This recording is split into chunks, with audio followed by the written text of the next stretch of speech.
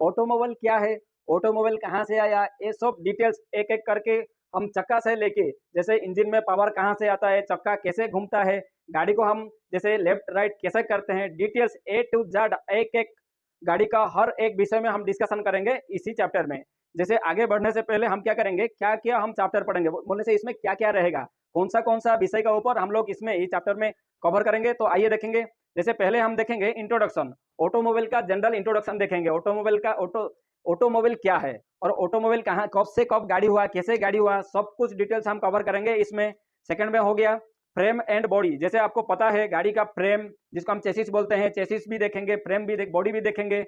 3 number हो गया suspension system, गाड़ी में जो सस्पेंशन सिस्टम लगा हुआ है उसके बारे में हम आलोचना करेंगे। 4 नंबर हो गया शॉक ऑब्जर्वर, आपको पता होगा गाड़ी जैसे गाड़ी हम चलाते हैं स्मूथ होता है, कोई कोई गाड़ी में झटका मारता है, जैसे जितना हम महंगा का गाड़ी लेंगे, जितना ज़्यादा पैसा का गाड़ी लेंगे, वो गाड़ी में हम जाएंगे तो हमको रास्ते में गड्ढा होगा तो हमको कुछ पता नहीं चलेगा, गाड़ी स्मूथ में जाएगा। लेकिन थोड़ा कम पैसा का गाड़ी हम लेते हैं, जैसे गवर्नमेंट कुछ कुछ गवर्नमेंट गाड़ी में हम लोग जाते हैं, तो प्राइवेट प्राइवेट लोकल गाड़ी में हम लोग जाते हैं तो हमको ज़्यादा झटका लगता है, तो लेकिन वही आप वोल्वो नहीं तो और कुछ महंगा गाड़ी में जाएंगे तो आपको इतना झटका नहीं लगेगा। वो क्यों नहीं लगता है, यही सस्पेंशन सिस्टम, शॉक ऑब्जर्वर, ये सब के लिए वो सब झटका नहीं लगता है। 5 नंबर हम लोग देखेंगे, क्या देखेंगे, फ्रंट एक्सेल, जैसे गाड़ी में 2 एक्सेल रहता है, फ्रंट एक्सेल रियर एक्सेल, तो फ्रंट एक्सेल देखेंगे, रियर एक्सेल भी हम लोग देखेंगे। स्टीयरिंग सिस्टम देखेंगे, जैसे हम गाड़ी चलाते हैं हमारा मर्जी से, जैसे गाड़ी लेफ्ट हो गया राइट हो गया जहां मर्जी वहां घुमा देते हैं, कैसे घुमा देते हैं। स्टीयरिंग ज्योमेट्री, स्टीयरिंग ज्योमेट्री क्या है, जैसे गाड़ी में चक्का लगा हुआ है, चक्का हमारा चक्का है रबर का चक्का है, जैसे ट्रेन में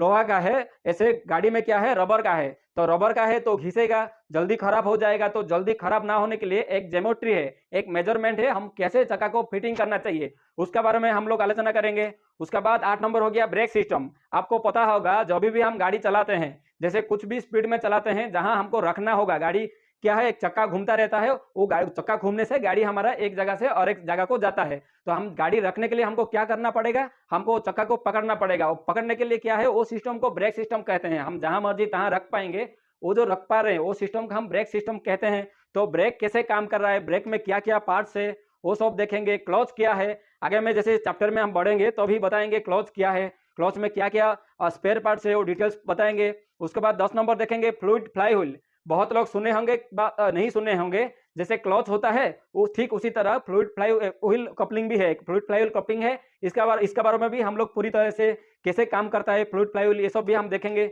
उसके बाद हो गया गियर बॉक्स, गियर बॉक्स क्या है कैसे काम करता है 11 नंबर में देखेंगे। 12 नंबर में आ गया यूनिवर्सल जॉइंट व प्रोपेलर शाफ्ट, प्रोपेलर शाफ्ट क्या है, कहाँ लगता है, इसका काम क्या है, इसका बारे में हम लोग देखेंगे। उसके बाद हो गया रियर एक्सेल, रियर एक्सेल क्या है, जैसे हम कुछ देर पहले बोल रहे थे फ्रंट एक्सेल, फ्रंट एक्सेल का काम क्या है, कितना टाइप का फ्रंट एक्सेल है, रियर एक्सेल क्या है, कितना टाइप का रियर एक्सेल है, वो सब हम लोग डिस्कशन करेंगे। 14 नंबर हो गया ऑप्शनल फिटिंग, तो ऑप्शनल फिटिंग क्या हो गया, जैसे गाड़ी में क्लच, अभी जैसे हम क्या बोल रहे, इंजन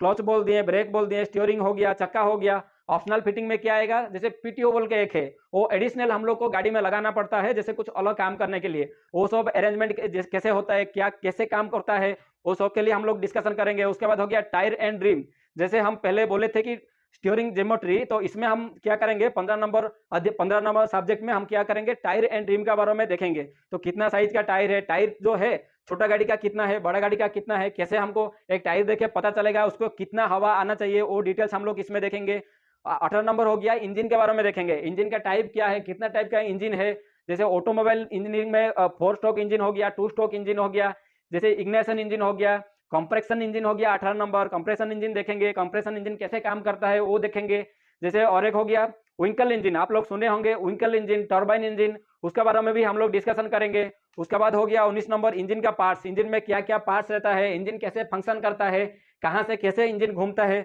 वो सब डिस्कशन करेंगे उसके इंजन सब पार्ट्स का सब्जेक्ट में। 20 नंबर हो गया कार्बोरेटर, आपको पता होगा अभी BS6 का जितना बाइक है, BS6 का जितना बाइक है वो सब में कार्बोरेटर नहीं है, उसमें फीड पंप है। कार्बोरेटर क्या करता था, कार्बोरेटर क्या करता था, कैसे काम करता था, वो सब हम सब्जेक्ट में देखेंगे। लेकिन कार्बोरेटर कहाँ लगा हुआ है, कार्बोरेटर BS4 का जितना भी बाइक है वो सब बाइक से, BS4 से नीचे जितना भी बाइक है सब बाइक में कार्बोरेटर लगा हुआ है, तेल को देने के लिए, तेल सप्लाई देने के लिए यही कार्बोरेटर लगा हुआ है। हम जैसे गाड़ी को एक्सीलेटर घुमाते हैं, एक्सीलेटर घुमाने से क्या होगा, जितना इंजन को फूल जाएगा उतना स्पीड में गाड़ी भागेगा, तो वो एक्सीलेटर घुमाएंगे तो फ्यूल कैसे प्रोवाइड करेगा, कितना ज्यादा जाएगा, कौन देता है फ्लूइड, यही हर काम एक गवर्नर है, इसको जैसे गवर्नर भी हम बोलते हैं, वो सब है, कैसे क्या काम करता है कार्बोरेटर, उसका बारे में हम लोग आलोचना करेंगे। 21 नंबर हो गया इग्निशन सिस्टम। इंजन का अंदर आपको पता होगा, जब इंजन स्टार्ट होता है उसमें बहुत ज्यादा हीट आता है, प्रोड्यूस होता है। तो वो इंजन का अंदर पहले जो आग लगता है, वो आग कहाँ से आता है, इंजन कैसे घूमता है एक जगह पे और एक जगह पे गाड़ी कैसे घूमता है,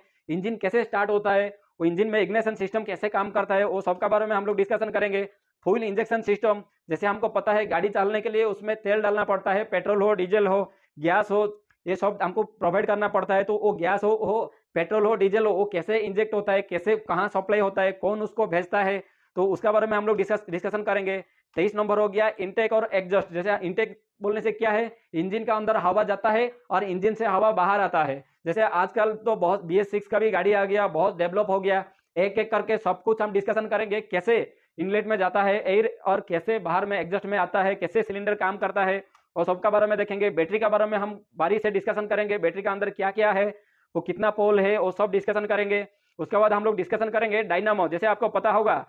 गाड़ी का अंदर भी एक अल्टरनेटर, जैसे डायनामो जिसको हम अभी अल्टरनेटर बोलते हैं, पहले उसको हम लोग डायनामो बोलते थे। वो क्या करता है, वो एक जनरेटर है, जनरेटर जैसे घूमने के बाद उसको सप्लाई आता है, ठीक उसी तरह बॉस में हो गया, बाइक में भी हो गया, एक अल्टरनेटर लगा हुआ है। जैसे हम लोग बैटरी रख दिया, लेकिन बैटरी को तो चार्ज करना पड़ेगा, चार्ज करने से वो लाइट लगेगा। वो चार्ज करने के लिए हर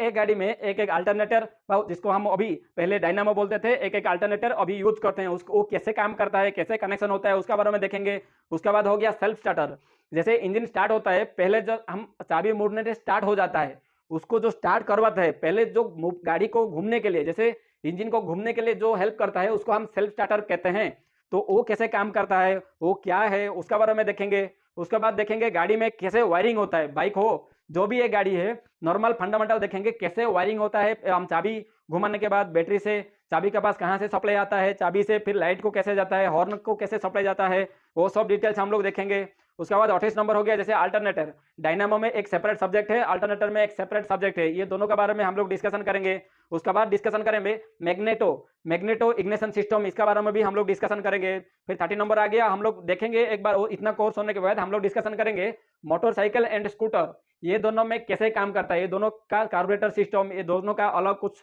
थोड़ा अलग सिस्टम है, वो सब कैसे हम लोग काम करता है, मोटरसाइकिल कैसे घूमता है, उसका बारे में देखेंगे। और उसका साथ साथ हम लोग देखेंगे ट्रैक्टर कैसे काम करता है, ट्रैक्टर का वर्किंग प्रिंसिपल क्या है, कैसे ट्रैक्टर घूमता है, वो सब का बारे में हम लोग डिस्कशन करेंगे। और हम आपको बताने वाले हैं, अभी हम लोग जैसे 1 से हो गया 31, ये सभी में क्या है, ये तो फंडामेंटल है। तो अभी जितना भी ज्यादा BS6 गाड़ी हो गया और बड़ा बड़ा हैवी क्रेन्स हो गया, हाइड्रोलिक इक्विपमेंट्स हो गया, सभी में क्या है, यही इंजन का प्रिंसिपल है, यही चक्का का प्रिंसिपल है, उसको यही स्टीयरिंग का प्रिंसिपल है, यही स्टीयरिंग सिस्टम अरेंज करना पड़ेगा, यही प्रोपेलर शाफ्ट लगेगा, यही इंजन लगेगा, यही टायर लगेगा, ऐसा ही टायर का ज्योमेट्री, स्टीयरिंग का ज्योमेट्री करना पड़ेगा, ऐसे ही एक्सेल लगेगा, लेकिन थोड़ा थोड़ा अलग रहता है, हर किसी में थोड़ा थोड़ा अलग है, लेकिन मेन प्रिंसिपल, वर्किंग प्रिंसिपल इसी तरह होगा। तो हम आशा करते हैं आप ये सेक्शन, ये सब्जेक्ट आप कंप्लीट देखने के बाद आपको कंप्लीटली पता चल जाएगा कैसे ऑटोमोबाइल काम करता है, कैसे एक गाड़ी घूमता है। और इसके साथ साथ हम बताने देने वाले हैं, इसमें हम कंप्लीटली थ्योरी को लेके हम आपको बताएंगे कैसे काम करता है। जैसे कि आप